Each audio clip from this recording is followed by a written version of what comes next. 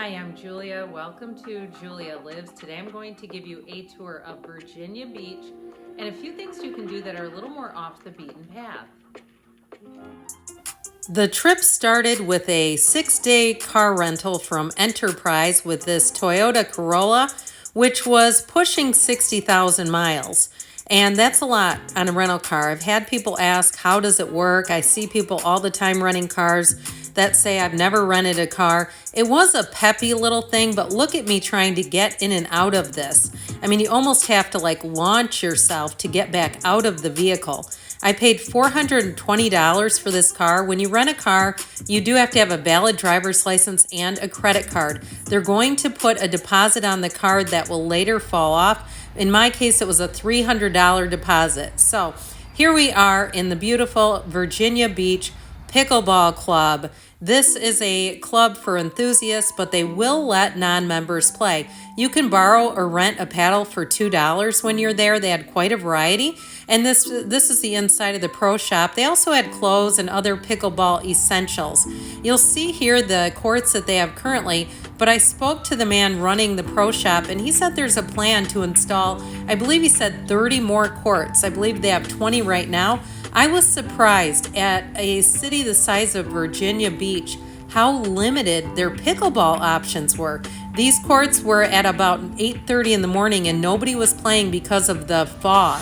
It was too cloudy. If I were in my home court, again, there you'll see the $10 a day, people would have been out playing. It was like 55 degrees or 60 degrees and a little bit cloudy. So anyway, at that time there was nobody there, but I do expect that these would be pretty busy when the weather's a little bit nicer. I mentioned the size of Virginia Beach. It ranks 39th on the list of top 100 largest cities in the United States, and I believe that's because of the population there. It's near the beach. People want to live there. Now, this is right next door to the Pickleball Club. This is a water park.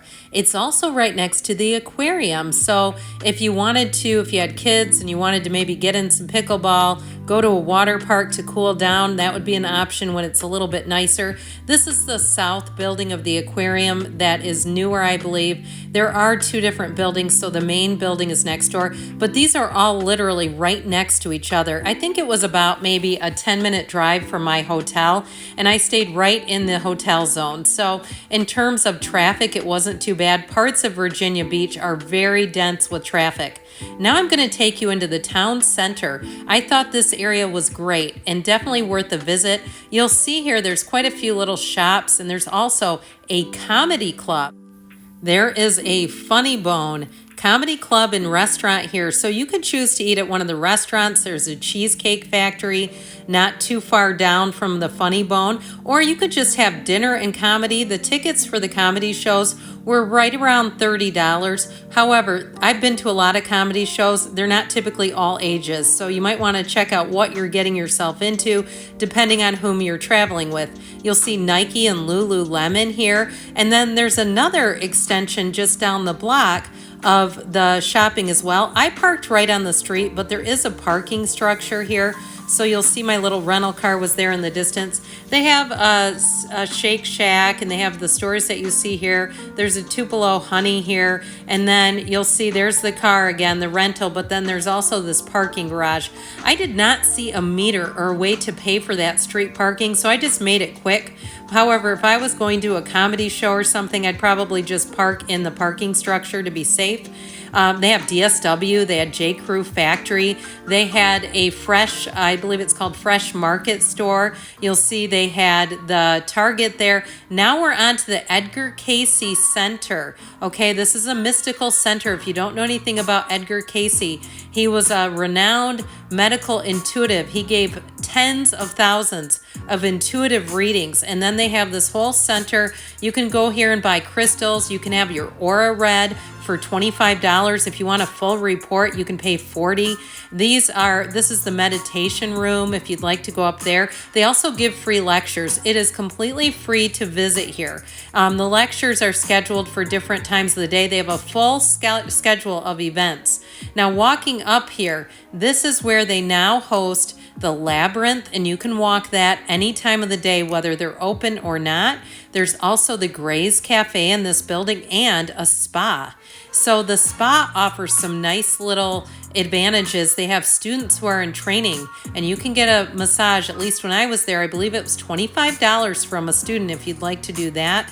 The Labyrinth was very peaceful. I did not eat in the cafe. However, I did notice the food, and that looked pretty good. And then I'll take you out to a botanical garden in a minute. They do have psychic readings here, but those have to be scheduled, and it appeared that they were primarily available on the weekends.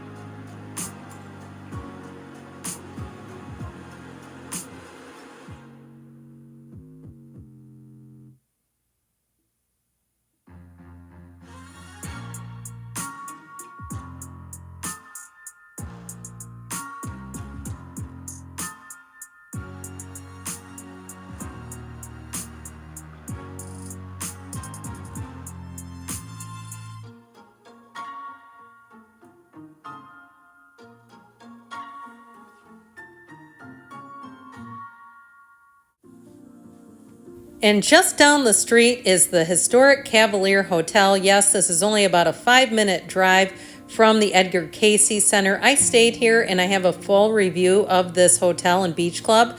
And I paid $480, and this was during the slow season. That included a $30 valet charge. Valet is required if you stay here.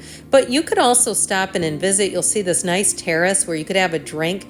In the busy season, this is going to go for over $700 a night. I saw in around the holidays in the summer, $740, prices even for $780 a night. So you'll have to book ahead if you want to stay here, and also to budget for this. Now, there are restaurants here where you could have a reservation. Most of the areas are key card access, but I did see people strolling around. A lot of famous people have stayed here over the years. There's a grand piano there that has a lot of history to it. There have been many presidents who have stayed here. Elizabeth Taylor stayed here. So they keep the history around and about, and there's all kinds of things that you can stop and read. It's almost like a museum visit in itself.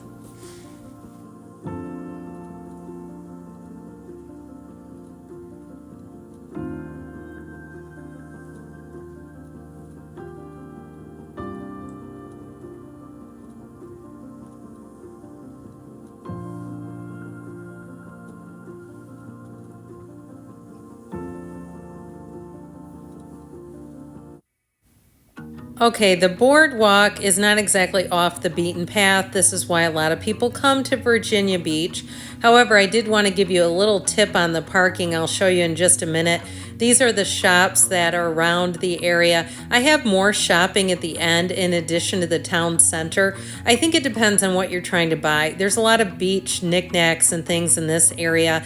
This is right across from the statue of Neptune, and I'll show you that in just a minute. There's the boardwalk. It was full of life. I mean, it was wonderful. I can only imagine, though, when the weather's a little bit warmer, how busy it would get here.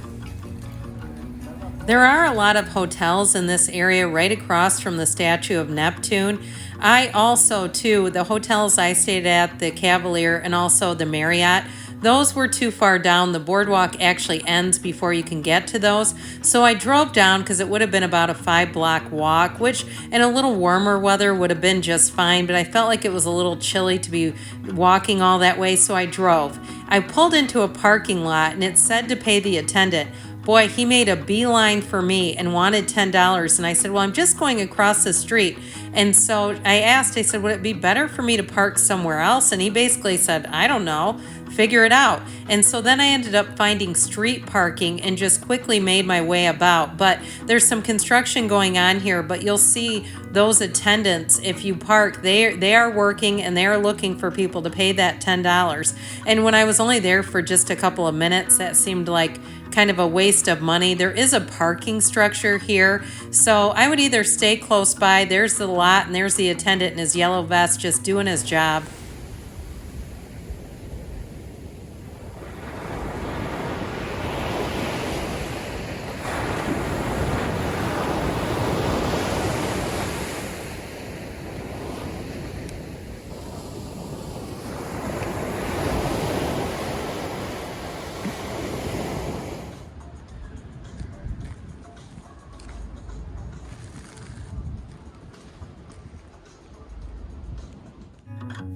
And of course, the beach is why we come here, but in case it rains or you have weather, you need to get out, there is an outlet mall. This was about a 20-minute drive to Norfolk. Again, there's traffic you have to deal with, but there were lots of outdoor activities. There were a lot of kids using this thing. I believe there is a fee for it, but I've never been to a mall where people are actually using these devices.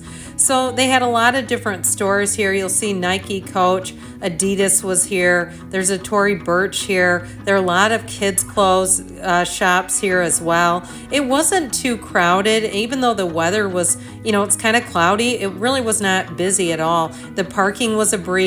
Here are some of the shoes. I tried on a pair, but they didn't fit, unfortunately. Not those, a different kind.